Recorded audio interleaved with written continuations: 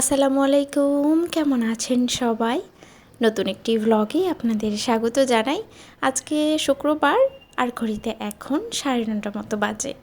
আমি বেরিয়ে পড়েছি কারণ একটা জায়গায় যাব। আসলে ভিডিওটা দেখে আপনারা বুঝতেই পারছেন আমার জীবনের একটা নতুন অধ্যায় আজকে শুরু হতে চলেছে। নতুন অধ্যায় কী সেটা অবশ্যই আপনাদেরকে জানাবো। চলুন, পৌঁছে গেছি। এই যে ব্যানারটা দেখে আপনারা অবশ্যই চিনতে পারছেন আমি কোনো একটা কলেজে এসেছি, কোনো একটা কি মার্কস মেডিকেল কলেজে।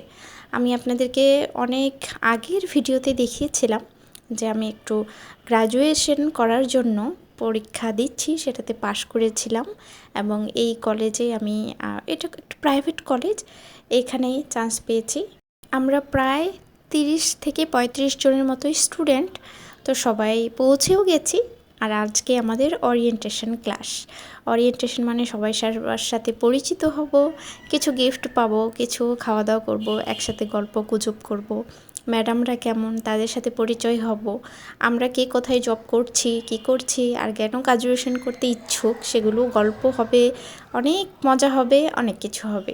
এর মধ্যে আমরা গিফট পেয়ে গেছি, একটা করে ক্যালেন্ডার দেওয়া হয়েছে আমাদের, আরও একটা দেওয়া হয়েছে রজনীগন্ধা ও গোলাপের স্টিক। ওই যে সামনে যারা বসে আছেন ওনারাই আমাদের গুরুজন হবেন, আর ওনারাই আগামী 2 বছর যাবৎ আমাদের সাথে চলবেন, আমাদের এই পথ চালাতে সাথে থাকবেন, আমাদেরকে অনেক জ্ঞানের ভাণ্ডার দেবেন। আমরা সেগুলো রিসিভ করার চেষ্টা করব। আপনারাও আমার জন্য দোয়া করবেন, আমি যেন এই যাত্রায় অবশ্যই সফল হতে পারি। এই যে আমি আপনাকে একটু ভালো করে দেখাই, আর নিচে ওই যে নীল লেখা যেই প্লাস্টিকের একটা খামের মতো দেখতে পাচ্ছেন, সেটাতে দেওয়া হয়েছে আমাদের ক্লাসের রুটিন। আর এখানে চলছে এখন ফটোশ্যুট, কারণ একটু সবার সাথে পরিচিত হয়ে, সবাই তো আলাদা আলাদা জায়গা থেকে এসেছি, এই জন্যই। তো আমি সব কিছু শেষ করে বাসায়ও পৌঁছে গেছি, যেহেতু নামাজের দিন। তাড়াতাড়ি বাসায় এসে আবার উনি নামাজে চলে গেছেন। টুকটাক বাসার কিছু কাজকর্ম আছে, সেগুলোই করব। তাই একটু নিজেকে দেখছি যে কেমন, আপনাদেরকে একটু ভালো মতো করে দেখাই। যেহেতু এটা মেডিকেল কলেজ, সেহেতু দেখেছেন একটা ক্যালেন্ডার দিয়েছে, ক্যালেন্ডারে কোনো ফুল পাতা কিছু নেই, শুধু ঔষধ আর ইঞ্জেকশনের ছবি টবি সব মিলিয়ে, সব কিছু মিলিয়ে মনটা আবার একদম বলে উঠল যে স্মৃতির খাতায় যুক্ত হলো নতুন 2টি পাতা।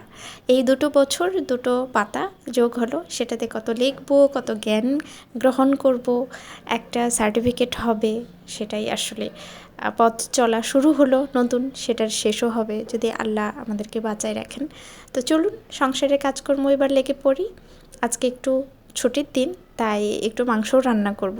তো উনি আমাকে একটু হেল্প করছেন, বাটার চিকেন রান্না করব সেই জন্য। এবার চিকেনটাতে ম্যারিনেট করে নেব সব মতো মশলা, বাটা মশলা দিয়ে। আজকে সব বাটা মশলা একদম শিলপাটায় পেষে করছি। নুন, আদা রসুন বাটা, এখানে আছে হলুদ গুঁড়ো, অল্প একটু মরিচ গুঁড়ো দিব, আর দেব ধনিয়া গুঁড়ো, সব কিছু মিলে একদম ম্যারিনেশন করে তারপরে রেখে দেব বেশ আধা ঘন্টার মতো। এটা জিরা বাটা একটু বেশি করেই নিয়েছি, কারণ ব্রয়লার মুরগি তো মশলাপাতি একটু বেশি করে না দিলে এর ভিতরে একটু গন্ধ গন্ধ সেটা থেকে যায়। আর এটা কেটে ধুয়ে তারপরে আমি একটা গোটা লেবু দিয়ে পুরো রসটা দিয়ে একদম সুন্দর করে মেখে রেখে দিয়েছিলাম। এতে করে কি হবে, রান্না করার সময় এর যে গোস্তগুলো আছে, পিসগুলো, সেগুলো ওই খোসা খোসা হবে না, মানে খুলে খুলে যাবে না। একটু মন ভরে টক দই দিয়ে দিচ্ছি। ম্যারিনেশন করার জন্য অবশ্যই এটাকে টক দই দিতে হবে। এই যে সুন্দর করে ফাইনালি করে নিচ্ছি। প্রত্যেকটা গোস্তর টুকরোর ভিতরে যেন মশলাটা ঢুকে যায়, সেটাই আমি চেষ্টা করছি। একদম হাত দিয়ে সুন্দর মতো করে উপর নিচ করে করে মেখে নিচ্ছি। এটা আমি প্রথমবার বানাবো, আর উনি আমাকে সাহায্য করবে বাটার চিকেন কীভাবে বানায়। এপাশে পেঁয়াজটা একটু গোল্ডেন কালার করে নিয়েছি, তাতে দিয়েছি প্রায় 3-4টার মতো কেটে টুকরো করে টমেটো। এই টমেটোগুলো দিলে স্বাদটা আরও দ্বিগুণ হবে, আর গ্রেভি হবে বেশি। এই জন্য ভাজা হয়েই গেছে প্রায়, আর বেশি ভাজা লাগবে না। এটা এখন উঠিয়ে নিয়ে তারপরে ব্লেন্ডার করে নেব। তেলটা ছেড়ে দিয়েছি, কিন্তু ব্লেন্ডার করার জন্য এখানে একটু ব্লেন্ডারে তুলে নিচ্ছি। মাঝে মধ্যে এভাবে আলাদা আলাদা করে রান্না করলে কিন্তু খেতে মন্দ লাগে না। সবসময় তো ঝাল ঝোল আলু দিয়ে ভুনা এগুলোই খাওয়া হয়ে থাকে। তাহলে আজকে মনে করলাম একটু বাটার চিকেন বানাই।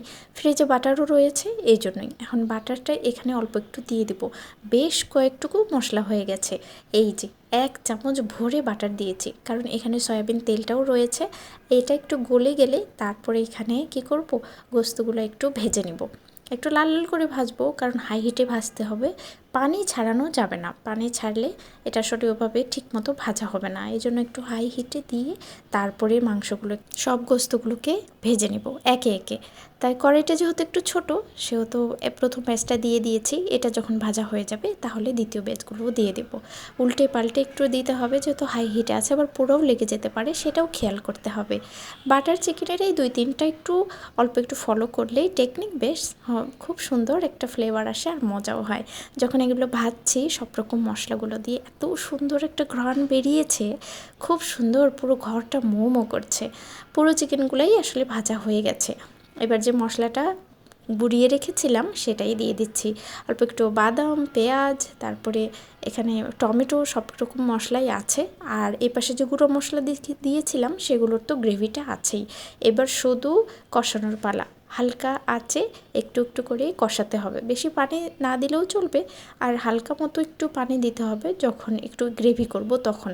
মশলাটা একটু ধুয়েও দিয়ে দিলাম, অনেকটা মশলাই গায়ে লেগেছিল, এটা আবার নষ্ট হয়ে যাবে, এজন্য দিয়ে দিয়েছি।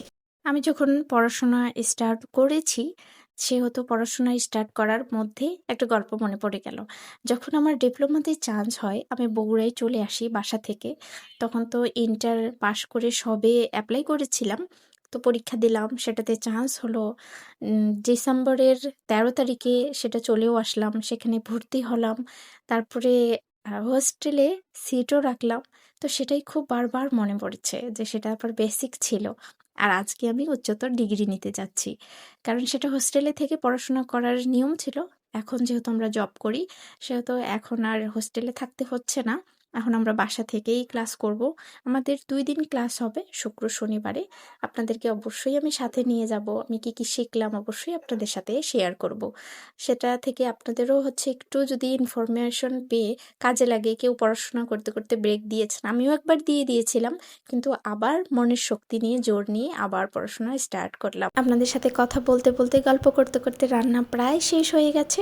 আর শেষ পাতে অল্প একটু দিয়ে দিয়েছি বাটার, তাহলে গন্ধটা খুব সুন্দর আসবে। তাহলে চলুন আজকের ভিডিওটা এখানে শেষ করছি। আজকের ভিডিওটা কেমন লাগলো তা অবশ্যই কমেন্টে জানাবেন। যদি ভালো লাগে তাহলে একটা লাইক করে দেবেন। আর ততক্ষণ পর্যন্ত সবাই ভালো থাকবেন, সুস্থ থাকবেন এবং সাবধানে থাকবেন। দেখা হবে খুব শীঘ্রই নতুন অন্য কোনো ভিডিওতে।